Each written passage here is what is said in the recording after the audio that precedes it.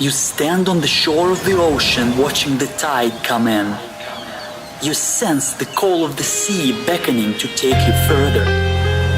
You step forward little by little, not knowing what to expect, but expecting more. You keep going as the ocean calls you to enter in to deeper waters.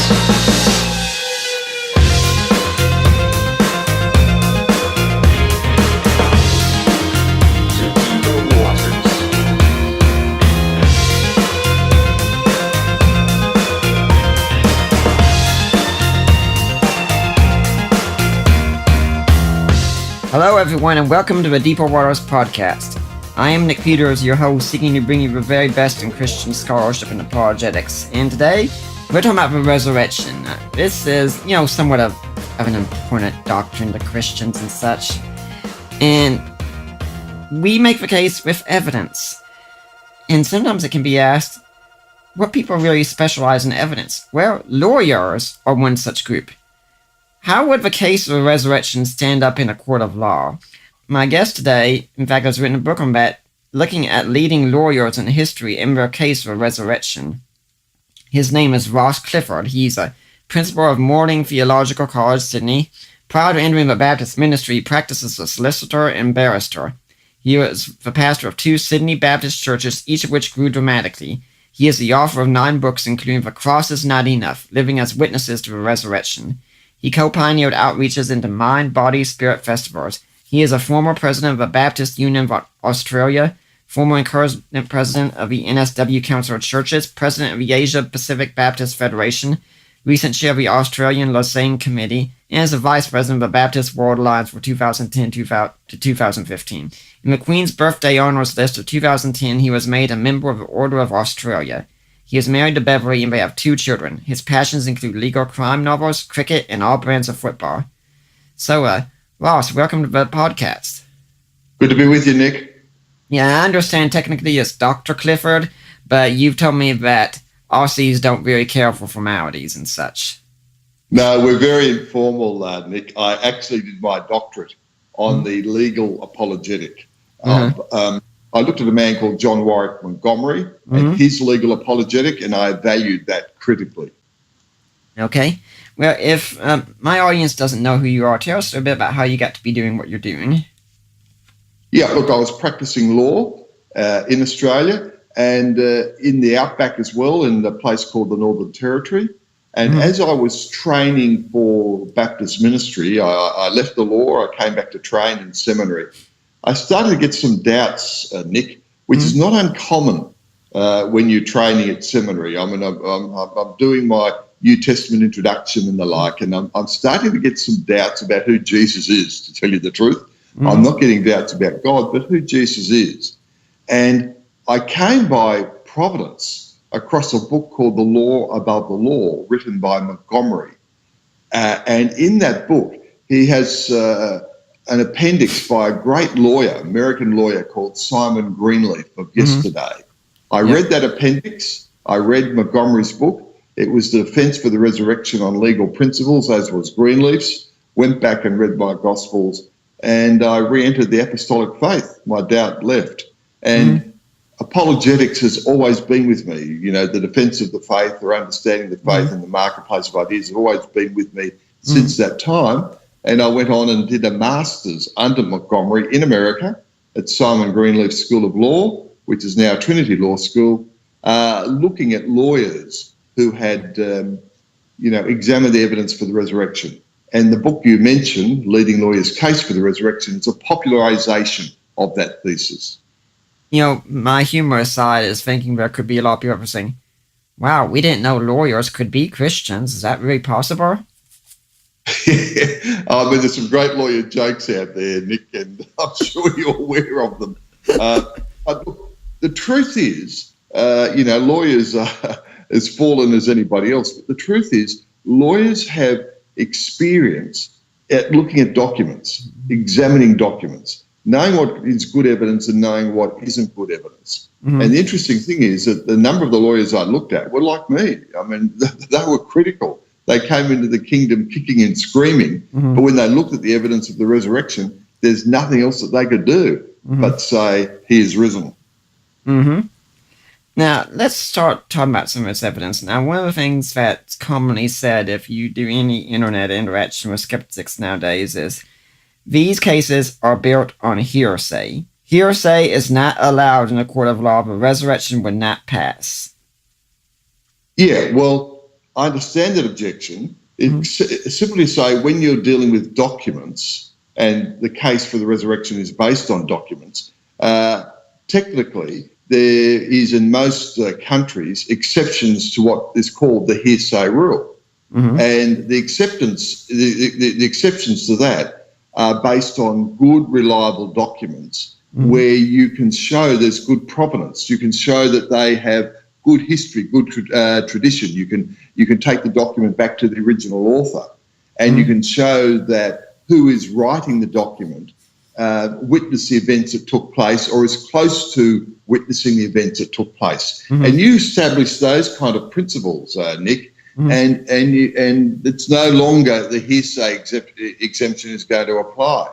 The courts are simply going to accept the documents because they're good documents, they're good evidence. They're the best evidence you've actually got.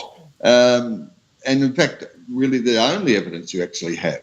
So the exception to hearsay rule applies. You've also got to remember that some of the statements in the Gospels and in, say, 1 Corinthians chapter 15 by the Apostle Paul is what we call first-hand hearsay. And that is people witnessing, exactly what they saw themselves. Paul saw the resurrected Christ. Matthew records what he saw. He saw the death and resurrection of Jesus. Mark, writing for the Apostle Peter, exactly the same. Same with the Apostle John. And that first-hand hearsay, I mean, they're writing what they saw, and it's only hearsay because it's in a document. Hope I'm not getting too technical. That's acceptable in any court of law. So you've got two things happening. You've got good documents and showing good history, and you can take them back to the authors. And because of that, the good documents are going to be acceptable in any court of law, no matter what hearsay it's on, no matter what people say about hearsay. But even if you want to still push further, you're going to be able to say, well, you've got people who are witnesses to the actual events recording what they saw, and that's called first-hand hearsay. It's only hearsay because it's written. You can't call them into court of law, but they are still eyewitnesses to the event. So, mate, it basically crumbles. Yeah. So, I mean, if we weren't talking about the resurrection of Jesus, let's say we're talking about, say, the assassination of Julius Caesar. Instead, we could use ancient documents about the events surrounding the assassination of Caesar in a court of law, and it'd be perfectly acceptable. Exactly, because one, you've got just good documents, and they're good historical documents that are acceptable. And by the way, the documents that we're using for that event that you've described will be nowhere near as reliable and as historically justifiable as the Gospels or, say, 1 Corinthians 15, nowhere near as reliable. And you've got something more, which you don't have in the Caesar case. You've got people who have actually written the documents, who have observed the events themselves. So, mate, if you're not going to accept the Gospels as reliable historical evidence of what took place, you're going to have nothing from antiquity, absolutely nothing you can investigate. Okay, well, let's push back then on this with the Gospels and such being good, reliable documents. I mean, one of the first objections we could get is, but these were documents written decades after the fact, and they weren't even written by eyewitnesses. Well, one thing to remember, mate, I'm in my 60s now, and what I find absolutely extraordinary is I can remember vividly events that took place 40 years ago when I was playing a game of cricket, or when I was at a wedding, or some event that took place in my life when I was at school 40 or 50 years ago. And I share that with my friends who go back to that sort of time with me, and they remember the same event. So I can remember personally, incidental stuff that took place 40 or 50 years ago. So, mate, imagine it was a resurrection. Imagine it was someone back from the dead.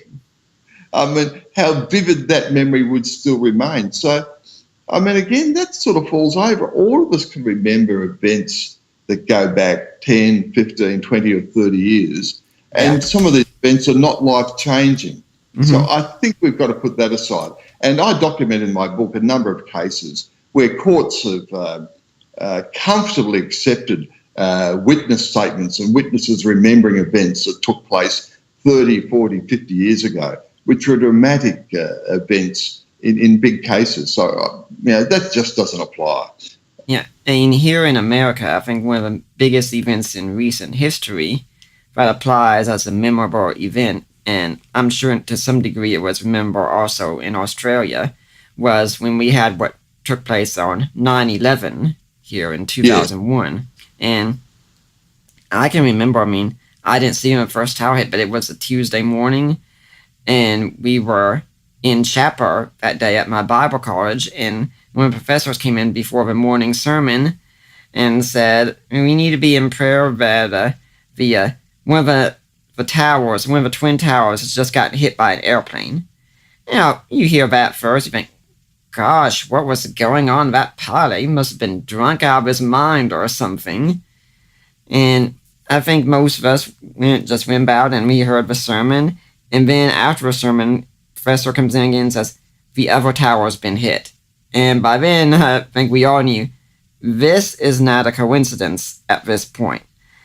And there have been some people who have done these studies where they said, we can show with this that eyewitness testimony isn't reliable because we can talk to people about what happened that day and they'll tell us, and then we'll go talk to those same people later on, and their accurate information about it will be worse, actually. Their memories will deteriorate and such about it. But what I've wondered about this when I've seen this is, they usually say they're talking to people like college students and such, and I'd like to say, what would happen if we talked to people who, say, lost a loved one on that day in the towers, or escaped the towers themselves, or were part of the first responders team getting people in and out? Do you think their memories of that event could be better off overall? Yeah, look, I think it's really interesting, Nick. What we need to remember is the case of the resurrection centres on one central fact, and that is the tomb is empty. Now, even if we concede people's memories might become a little blurred, or they might put the surrounding events in a different order, 30 or 40 years later. Even if we concede that, we're not going to concede that the Twin Tower event didn't take place as you described it. Okay? And so that's the key point, that I can still remember exactly what I was doing at that particular time. I was watching TV here in Australia, where the TV show I was watching was interrupted to tell us, go to another channel if you wanted to and watch this thing unfolding.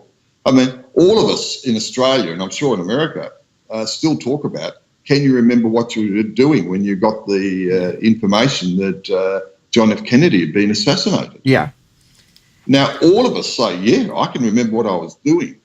And why we might get a little bit blurred or uncertain about some of the surrounding events, and I'm not admitting, by the way, that did happen with the Gospels, while we might get a little bit blurred about the surrounding events, we're not blurred about the fact that John F. Kennedy was assassinated, or the Twin Tower event took place, or Jesus rose from the dead. I mean, the central fact remains strong in your memory and in everybody's memory, and that does not get mistaken. And, 30, 40, 50 years, mate, doesn't take that away. Yeah.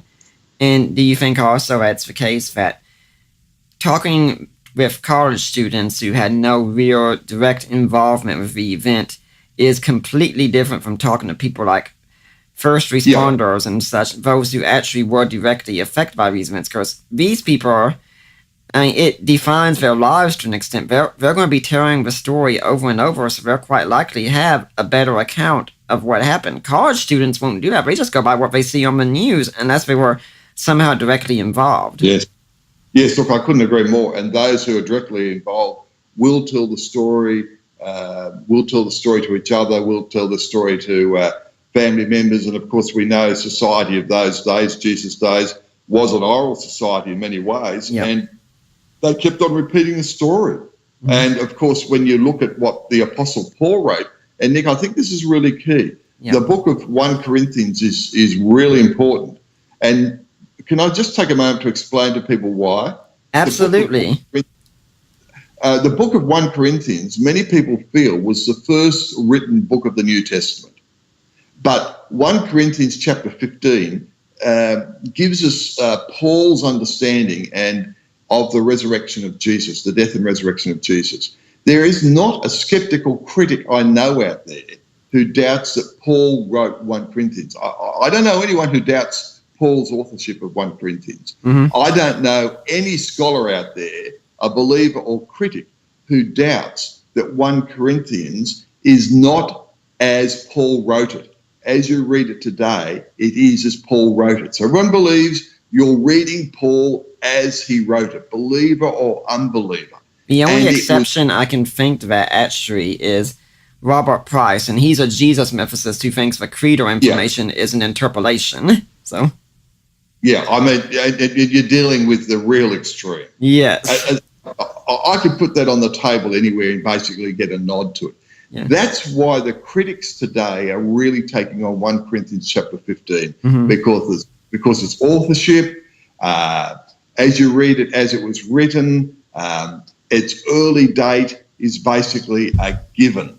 Mm-hmm. And in 1 Corinthians 15, Paul says, I have received information which I've handed on to you, so the story is being told as we described, but he's also giving his first-hand witness experience. I mm-hmm. saw the resurrected Christ. Mm-hmm. And, so Nick, here you've got somebody who's also recording this message of the resurrection of Jesus in a document that's basically beyond dispute, certainly passes the test of beyond a reasonable doubt mm-hmm. as to its authorship, as to its reading as you saw, as it was written, recording a resurrection experience of which mm-hmm. he was a witness to, and accounting that these are the testimonies of 500 people, including people close to the event, including the disciples, the skeptics, the best witness list you could ever have in a criminal court hearing. Here they are. Here's their names. Here's the people. The majority of them are still alive. It's like I'm giving you I'm giving you an app which you can go and check out their names and addresses and contact them for yourself. Mm-hmm. I mean, it's just unbelievable stuff. Yeah, but, sometimes some of our friends will tell us that, you got eyewitness testimony. Okay, but don't we know that in a court of law, eyewitness testimony is the least reliable testimony? And that's a great point, because I spent a fair bit of time on this in my doctorate, Nick, and I know that for the truth as a witness, as a lawyer, that eyewitness testimony can be the most unreliable testimony you can have. Mm-hmm. Because, we do get confused. We don't identify across race and colour well. And mm-hmm. because an event can be, dramatic, it can, hinder our recollection of what took place. Everything around about it can be confusing. So, yes, I agree that eyewitness testimony of an event can be unreliable evidence. But, Nick, do you know the most reliable eyewitness testimony there is? And this eyewitness testimony is the best evidence you can get, and that's the eyewitness testimony of a prior acquaintance. So, Nick, if someone runs into your house and does a robbery and runs out, and you've never seen them before, then your eyewitness identification of them, can be questionable. Right. But if it's your father who runs into the house and steals something and runs out, or if it's your best friend who runs into the house and steals mm-hmm. something and runs out, or if it's your next door neighbour who does that, then your eyewitness identification of them, mate, that is just top best evidence. Mm. So if you look at 1 Corinthians chapter 15, the extraordinary thing is, I believe God knows us knows our capacity to doubt and to question. And what witness list does he give you? Mm-hmm. In 1 Corinthians 15, it's all set out. He gives you people who knew Jesus well before his death and resurrection, disciples who had walked with him for 3 years. Mm-hmm. These guys could not be confused. He gives you the best evidence possible. And just in case you think they might be all biased, so then he gives you witnesses who don't know him at all as well, including the Apostle Paul. And just in case you think, well, I'm not quite sure about the quality of evidence, he gives you some who are believers and he gives you some who were doubters before the resurrection. I mean, Peter was a doubter. Mm-hmm. James, his brother, was a doubter. Yeah. I mean, and he throws them in as well. So what witness list have you got? People who knew him, people who didn't know him, people who are believers, people who are doubters. My gosh, mate, if you're a criminal lawyer, you'd give your right arm for the witness list like that. He's covered every possible contingency. And on top of that, he's given you women. Look at Mark 15:40, Mark 15 verse 47, and Mark 16 verse 2. Mark, writing for Peter, gives you the women who saw his death, burial, and resurrection. Women normally couldn't give evidence in a court of law in those days. And as Jewish historians say, this is a ring of truth. You wouldn't invent a story with the women being prime witness identifiers to death, burial, and resurrection, the chain event. So he's put those in as well. So he's given you people who knew him, people who didn't know him, people who are skeptics, people who are believers. He's given you 500. He's given you 12 people who walked with him during his life. He's given you women as a ring of truth because you wouldn't invent a story with women. Mate, it's just overwhelming, and it answers every objection you could think about with respect to an eyewitness.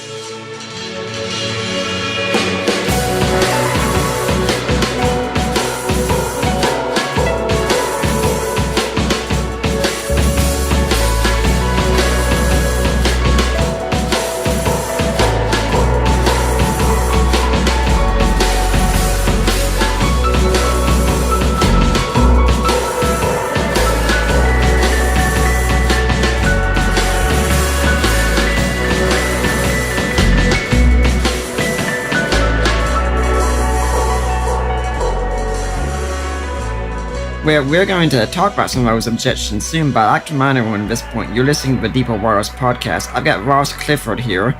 We're talking about leading lawyer's case for resurrection. Can you make a legal case that Jesus rose from the dead?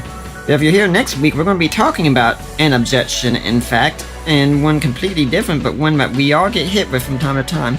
Clay Jones is going to be my guest next week, and we're going to be talking about his book, Why Does God Allow Evil? So we'll be talking about the problem of evil next week. For now, let's get back to Ross here, talking about the resurrection here. It says, well, I mean, Ross, Paul is a great witness there, yeah, and such, but when we get to the Gospels, I mean, we don't even know who wrote the Gospels, don't we? I mean, they're anonymous. Would we accept anonymous sources in a court of law? Yeah, well, look, that's a good question. Basically, what I do in the leading lawyer's case for the resurrection day, Nick, is I take a traditional view and I seek to show that the traditional understanding of the authorship of the Gospels has really strong evidence for it. Now, as a lawyer, I'm not trying to prove something absolutely. I can never prove something absolutely as a lawyer. I mean, fact, Nick, can only be proved, to 99% or beyond a reasonable doubt. I mean, you can't prove any fact 100% because, that's what facts are. And so I'm saying that, in my mind, beyond a reasonable doubt, certainly on the balance of evidence, the traditional case for authorship is very strong, that Matthew, the disciple, wrote Matthew, John, the disciple, wrote John, Mark is writing on the basis of what Peter was giving to him. He's a basic scribe. And, of course, Dr. Luke is writing and, as someone after the event, but collecting the evidence and collecting it well. So I make that case, Nick, and it's an historical case. And, Nick, you've got to remember that as a lawyer, you've got to look at internal evidence as well Right. for who wrote the Gospels. It's important to look for internal evidence. And so, for example, when you come to Matthew's Gospel, you've got extraordinary internal evidence. Like Matthew is the one who records the event with Jesus paying tax. And then we know from historical accounts that Matthew was a tax collector. Well, I could go, we have a saying in Australia, Nick, what's the pub test? What's the hotel test? What's the pub test? What would a guy drinking a beer think about that kind of argument? Now, if someone out there is a great critic saying, Matthew didn't write Matthew, there's no evidence for that. And I'm in the pub having a beer with somebody, and he said, well, what do you reckon, Ross? Did Matthew write Matthew? That conversation came up. I said, well, mate, all the early evidence points to it. The early historians said that Matthew wrote it. It's got the ring of an eyewitness as you read the account. And by the way, mate, we know Matthew was a tax collector, and that particular gospel records Jesus paying tax. The guy I'm having a beer with would say to me, Ross, that sounds pretty good to me, mate. That sounds pretty good to me. And, mate, I can do that with all the Gospels. I've done the pub test, what we call the pub test, mate. The person on the street, that sounds pretty good to them, that the internal evidence speaks. As you read John's Gospel, it's clearly written by someone close to Jesus. He calls it, the writer talks about being the one who Jesus loved, etc. Clearly one of the inner circle. You've only got to look at the inner circle. It's one of three. John is really the only one who can qualify, who will be still alive to write that gospel. He's close. He's one of the inner three. Early tradition says it's John. Mate, you can read what someone says 2,000 years after the event and says, that person couldn't have written it, or it came out of another school. Or you can go back to those who are closest to the event, hear what they said about who wrote it, look at the internal evidence as a lawyer, because that's what lawyers do, and say, my gosh, that's passes the hotel test, the pub test, or my gosh, that's where the balance of evidence lies. And that's all I'm doing. I can't prove something 100%, but I can tell you, you've got a pretty good case that the Gospels were written by the traditional authors. In fact, the case is stronger than them not being written by the traditional authors. But even if they weren't, mate, there's still good historical documents that the church affirmed as telling the story. The early disciples, the early believers of Jesus said they are telling the story as it was. They're clearly people close to the event. They're clearly written with, as we know now, they're clearly written in the form which is a reasonably contemporary biohistory of those days. They're early. They've got good provenance. They've got good governance. We can trace their origins. Mate, even if I can't establish traditional authorship, I'm going to get courts of law reading them as the most reliable documents we have of what took place at that time. Yeah, but, something else about the Gospels, especially like if you look at the resurrection accounts, they all contradict and disagree with each other so much. How could you have a reliable story when the witnesses can't seem to get their story straight? Yeah, look, that's another good question. And, Nick, that really hounded me. When I said I was sceptical when I started out at seminary, and that was one of the things. Are there contradictions in the gospel accounts? And that really started to concern me. And one of the best-known skeptics in Australia is a woman called Barbara Thiering. And Barbara Thiering wrote a book called Jesus the Man, which went global around the world as a critical examination of the Gospels. And Barbara Thiering got caught again with, are there contradictions in the resurrection accounts? And I can remember, because I did postgrad study with Barbara at Sydney University, and I can remember sitting for an hour with Barbara saying to me, but Ross, one gospel account has two angels, another gospel account has one angel. And I realised that although she was one of the world's leading critical scholars, it was a little contradiction in the Gospels about the number of angels that was really causing her great mental distress on the resurrection of Jesus. Nick, I've got to say honestly, two things, or three things. Let me say three things. Okay. One is that they don't disagree on the central event. For that, as a lawyer, is absolutely key.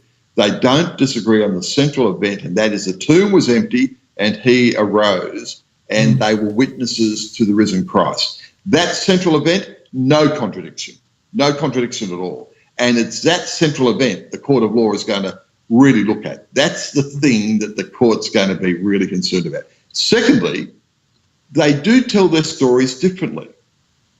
For example, John focuses in on persons and women, and Peter, he tells it more from characters. I mean, others are going to tell the story more from the events that took place. So they do differ in how they tell the story, particularly John from Matthew, Mark, Luke, and John, but from Matthew, Mark, and Luke. But having said that, as a lawyer, if you've got eyewitness accounts of an event, you expect the stories to have little nuances and little differences on the events that they pick up.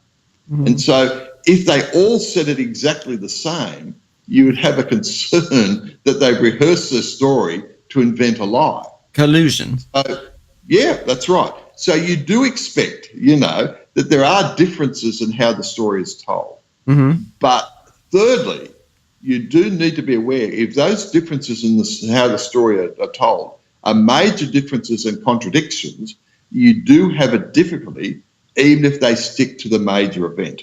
And you have a difficulty which a lawyer would pick up at a court of law and try to see if the witnesses are inconsistent and if they can undermine the case. But Nick, I've got to tell you, I've actually sat down and looked at those so-called contradictions, and I have looked at if they can be harmonised, and they can be. They can be. I've done it myself. Start with John's Gospel, see that John records 4 or 5 events that take place, the women go to the tomb, women back to the disciples, women back to the tomb. Then go and look at the synoptics and see that Matthew, Mark, Luke pick up various aspects of that story. And if you look at that and you look at it honestly, you can't necessarily put everything together, but any major contradiction is basically caught up in the fact that some person's emphasising one thing, someone else is emphasising something else, but they don't actually contradict each other. So as I said to Barbara, if there's 2 angels, there can be 1 angel. I mean, I can tell a story that, I went to a football match with John and talk about the conversation I had with John. I can tell the story the next day that I went to a football match with John and Peter. And people say, there's a contradiction. First time you talked about John, but now there's John and Peter. Yeah, no. When I was telling the story the first time, I was just emphasising John and my relationship with John and my conversation with John. Doesn't mean that Peter wasn't there. When I told the story the next time, I was telling the story including Peter. But that's not a contradiction. Does that make sense? Yeah. One analogy I often use is I'm married, so I have 2 sets of parents, mine and my wife's. My father-in-law is very much into apologetics, and my parents aren't. But there are Christians, so let's say Jehovah's Witnesses come and knock on my door, and we have a good talk. I'll call and I'll tell my parents what happened. I'll give a good basic summary. When I call my in-laws, I'm going to get much more in-depth because they understand the subject matter a whole lot more. Are those stories contradictory? No, I'm just telling different stories to different people based on the understanding and the points I want to emphasize to those people. Yeah, and Nick, if people knew you and a major event took place and they spoke to your parents and parents-in-law and they told the story of the conversation exactly the same way, people knew you would start to doubt that this had taken place because they'd say, well, Nick, when he talks to his parents and parents-in-law, shares different things, but here they're saying exactly the same. Yeah. I'm concerned. So a lawyer expects differences in storytelling, Nick. What he wants to know is, or she wants to know is, that the major event is firm. There's no difference in the major event. So, for example, a witness who's been hit by a motor vehicle It's got to be a motor vehicle. If it turns out to be a truck in one witness's mind and a motor car in another witness's mind, you're in big strife, mate. Yep. But if one witness says it's a motor vehicle and the driver was wearing a yellow shirt, what about the passenger? Oh, can't tell you whether it's a passenger or not. And the other one tells you the driver had a yellow shirt, but there was a passenger, with a black shirt or whatever. Someone's going to say, oh, there you go, there's an inconsistency. No, the first witness was just focused on the driver. I mean, yeah. Does that make sense? I mean, it's Yeah. not an inconsistency if they tell the story that way at all. In fact, that's what a lawyer would expect to see. Mm-hmm. But my gosh, if the driver was a woman with a hat on and a scarf and not a guy with a yellow shirt, mate, you have problems. Mm-hmm. Do you have a place online or in a book where people can see this reconciliation you've written out if you have the resurrection account? Look, I don't. It's basically not only in Leading Lawyers, I look at it a little bit, but I also do that in my doctoral study on Montgomery, which is John Warwick Montgomery's Legal Apologetic, A Case for All Seasons. I talk about that. Okay. But I do it in my classes. Mm-hmm. You see, because Nick, Go ahead. I want to be honest with my students. So when we go through, because I teach theology as well as apologetics, I'm a president of a seminary, if you like, but I insist on teaching as well, limited number of classes, but I do. And I say to my students, when we're dealing Christology and we come to the resurrection of Jesus, I say, I want you to take half an hour now, read through the 4 different resurrection accounts in the Gospels, and I want you to seek to identify what might be perceived as contradictions. Mm-hmm. And then we write them down on a whiteboard or whatever. And normally we get to something perceived to be 17 to 21, and they're the classical contradictions. Is there 1 angel, 2 angels, or whatever? And then I ask them, can you naturally harmonise these? Or if you can't harmonise them, are they really contradictions or different storytelling? Mm-hmm. Then we might get down to 1 or 2 or 3 that might seem to be difficult. But I say, well, if you're only down to 1, 2 or 3, and you actually don't have the witness before you, and the rest of the evidence is very, very strong, and it's all centred on the major event, then those 1, 2 or 3 that you might have a concern about or not quite sure about, they can never override the rest of the evidence, because clearly the evidence is strong, it's non-contradictory, it focuses on the major event, gets that all together in the 4 different accounts as happening. And sometimes even a court of law, you've just got to say, well, look, we don't know the answer to that. Maybe in time we will get the answer to that, simply because we just don't have enough collection of evidence to explain those events. And I do that. There is a book, though, Nick, that does this really well, and it's Wenham's book called The Easter Enigma. Easter Enigma. And it goes through all the events of Easter, all the characters, and harmonises them naturally. And by the way, Simon Greenleaf does that as well. And he was the lawyer that was in that Montgomery had in his book, The Law Above the Law, as an appendix. And Simon Greenleaf is although he's a lawyer of 200 or 300 years ago, he's still a great law on evidence. And you can get Simon Greenleaf's testimony and of the evangelist. Right. And he does it as well as anybody. Okay. But Wenham is a great book, The Easter Enigma.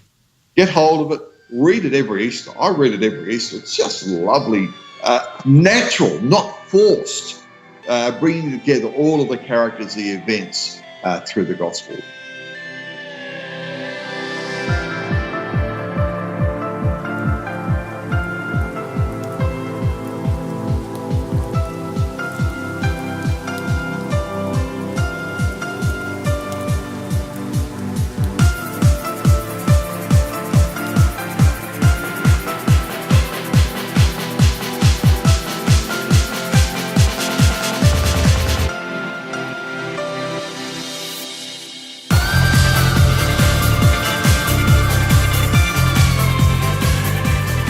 Well, I'd like to remind everyone at this point, you're listening to the Deeper Waters podcast. We got Ross Clifford on talking about a legal case for resurrection.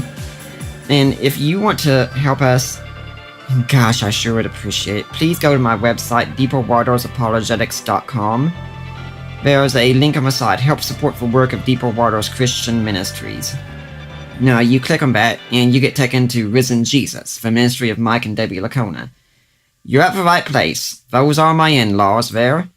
And if you make a donation to them, they hold it, and you just get in touch with me or my wife, Allie, or Mike or Debbie, and say, hey, I made a donation. I want to go to Nick Peters. I want to go to Deeper Waters. They'll make sure we get your donation. It will be tax deductible. And you can also buy books I've either written or co-written online. Defining Inerrancy, Groundless, God and Natural Disasters, Christian Answers to This Generation's Questions, a few others. And, of course, A Creed for the Ages, the Apostles' Creed in Today's Christian, the one I've written myself. And also, guys, I want to stress you again, women in your life like jewelry. So what you can do is you can go to the jewelry store we have here and make a purchase there. And when you do, you can get in touch with me if you need some help doing it. When you do, let me know. Whatever you bought for that lady in your life, 25% of it will go to Deeper Waters. So guys, the way I see it, you can buy something to make up for that big screw-up that I know you recently did with that lady in your life. Or you can buy something to make up for that big screw-up that I know you're going to make with that lady in your life. And if you can't do any of these, please consider going on iTunes and leaving a positive review for the Deeper Waters podcast. I'd really appreciate it. Now, Ross, do you have an organization you'd like to see people donate to? Yeah, look, if you go to the website, just Google my seminary, which is Morling College, Morling, Morling College. A college in my part of the world, Australia, is a seminary, Nick. And we do everything from degrees to diplomas to PhDs, all fully accredited. Yeah. By the way, most of it you can do online as well. But we have a marvellous impact in Asia. Nick, did you know that Asia, where I spend a lot of my time, is less than 10% Christian, and it's 60% of the world's population. Oh, all right. I figured it was very low. My wife has a deep love for nearly everything Japanese. She'd love to go to Japan someday, and yet less than 1% of the Japanese population is Christian. Yep. So less than 10% throughout Asia, 60% of the world's population. And when I say less than 10%, included in that 10% is every brand of Christian you can think of. And by the way, there are 2 billion people 20 years or under. And the 3 largest nations for that are all in Asia: China, India, and Indonesia. I've just got back from Indonesia. And so the world of youth is in Asia, and they're less than 10% Christian, in the youth category. So much to do. And we train and equip many people from the Asian context. So as well as Australians, of course, and others. Yeah. So have a look at the Morling College website. You'll just get that when you Google, and you'll see more details about me on there as well if you're so inclined to check me out. Yep. Well, I certainly support that, especially since my wife, like I said, does have a love of Japan, and anything we can do to help reach the Japanese, we're very interested in it as well. Now, let's get back to the case of resurrection. If there's any big objection that comes to the Gospels, it would be this. The Gospels contain miracles. Stories like that contain miracles should not be accepted in a court of law. Yeah, that's really interesting, Nick, because to establish a resurrection, and let's put the miracle question on one side for a moment. Okay. And I'd look at this as a lawyer and as a skeptic. Remember, I've got great doubt. And so to establish a resurrection, I had to remind myself as a lawyer, all I've got to establish is someone is dead at point A and alive at point B. Yep. And if someone's dead at point A, beyond resuscitation, that's the key thing, beyond resuscitation and alive at point B, as a lawyer, I have to go with the facts. Now, in my book, I talk about one of the best-known Australian animals, if you want to call it that, creatures called the platypus. Nick, I don't know if you've ever seen a platypus.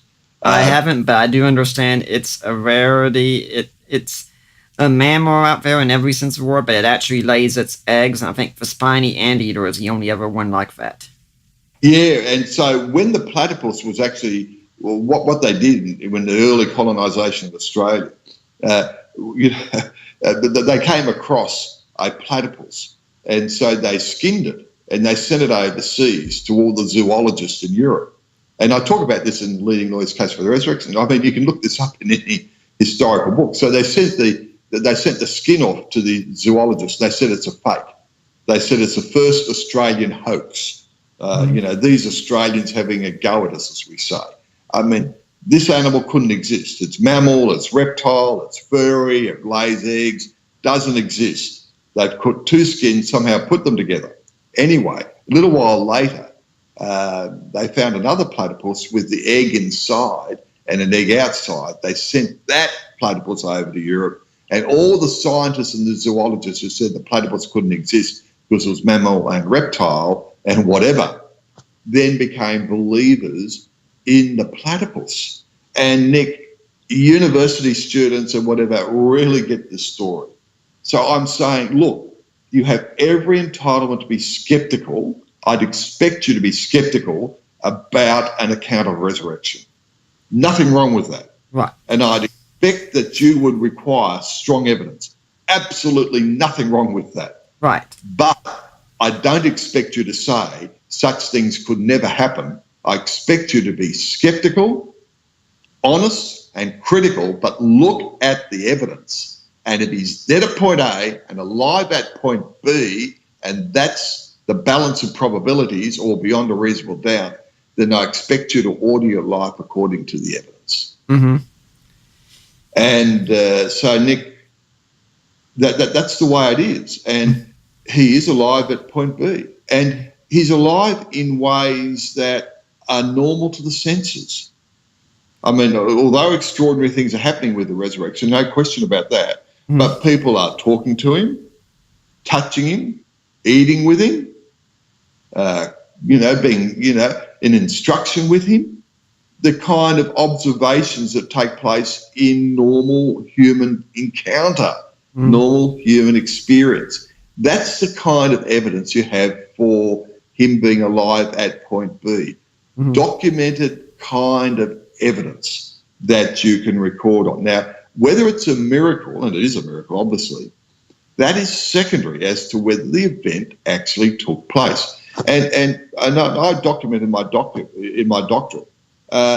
courts are sceptical of extraordinary evidence, unquestionably so. But extraordinary evidence cannot be ruled out absolutely. It means that the burden is particularly strong on those who want to establish it. Yeah. And I agree with that. I have absolutely no problem with that. And that's why I think God in his grace, as we said earlier, has given me this extraordinary witness list that includes people who knew him prior to the event to answer the objection of can't eyewitness evidence be unreliable. So he gives me people who knew him prior to the event.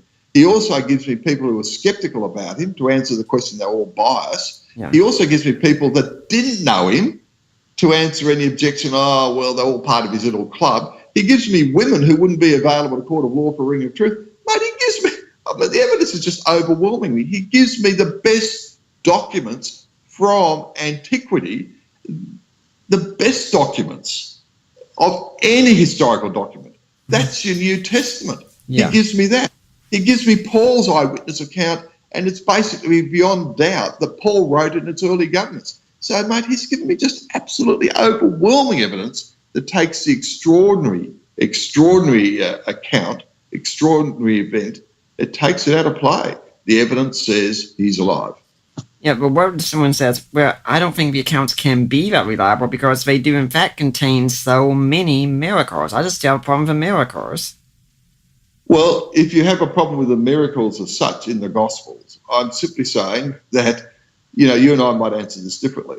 I'm simply saying there's still historical accounts, there's still reliable historical accounts, there's still bio of that day. That doesn't get you to exclude the resurrection account. But then if I want to answer the miracle along that line, I would say that that is only an objection, as the great English philosopher Swinburne says, if there's not a God who exists and not a God who exists who is personal.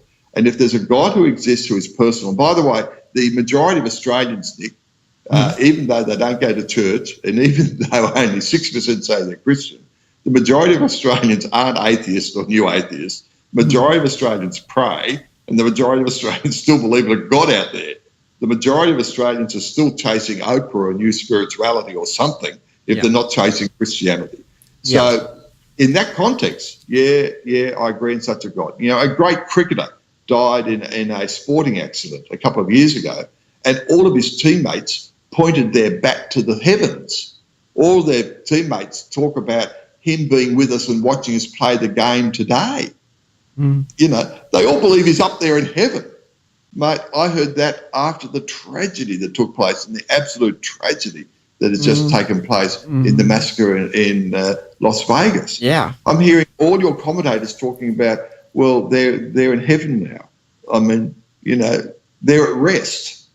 I mean, my gosh, you know, across our countries, mate, the majority of people believe in a God who is personal, even if they don't go to church. Well, if you believe there's a God who is personal, as Swinburne says, then the evidence for the resurrection in Swinburne's mind, and he's one of the greatest philosophers today in a secular environment, that evidence for the resurrection is just absolutely extraordinary, overwhelming, beyond a reasonable doubt. And so if that God exists, then the miracles themselves are no longer an issue, because you would expect that God to act that way, particularly in the account of the most remarkable person in human history. Yeah. Now, you've been saying over and over about how the New Testament is the best document we have in the ancient world handed down. Yeah. Why should the skeptic in the court believe that? Why should you believe that? Yeah. Well, I can show you that. I mean, to establish what you've got to do, Nick, as a lawyer, to establish whether the document is trustworthy, you've got to establish a couple of things. One is you've got to establish what is the date of the copy of the document you have, because none of us have any originals of anything. What's the date of the copy? How close is that date to the original? And then you've also got to ask, how many copies are there? So you can cross-check them and see what different sources they come from and see if they say roughly the same thing. So what's the date of the document and how many copies do you have? Well, in the New Testament, you can establish, you know, that you're starting to get copies from 140, 150 years of the original, and you've got 5,000 Greek copies. When you go to the other ancient documents, Nick, you might have a handful of copies, literal handful of copies. And sometimes the date difference between the copy you've got and the original is 1,000 years. Yeah. Or it'd certainly be hundreds and hundreds of years. And so, for example, if you want to look at what happened with respect to Pliny, we know Pliny the Younger from history, or Aristotle, or Homer, or Plato, or Caesar. You've got a time span of hundreds of years and a handful of copies, against what you've got in the New Testament is, you know, fragments appearing and whole documents with 140, 200 years and 5,000 copies. So you can cross-check the documents. And there's no doubt, Nick, that as you read your New Testament, that 99% of what you read is as it was written. I'm talking as a lawyer. 99% of what you read is as it was written. And basically, if there is that 1% out there, we know what that 1% is, and it impacts, you know, no central fact. And we know what 1%, you know, might be in question. You know, like, does Mark's gospel end at verse 8, or is there a longer ending? Well, if it ends at verse 8 or there's a longer ending, doesn't impact the story of the resurrection, because in the first 8 verses the tomb's empty, mate. Yeah. So, you know what I mean? Yeah. If you're going to throw the Gospels out, mate, you're going to throw out the whole of human history. Yeah.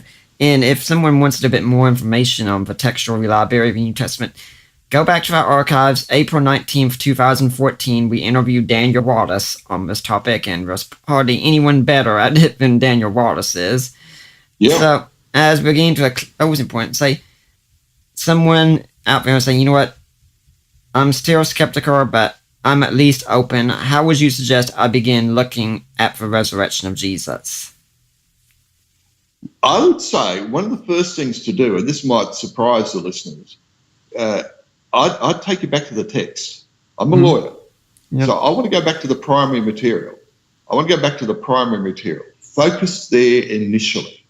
Go back to the text and look at 1 Corinthians chapter 15, one of probably the earliest writing of the resurrection. Knowing it is Paul, knowing it's early, knowing it's not corrupted, knowing that's basically universally accepted by believer and skeptic alike.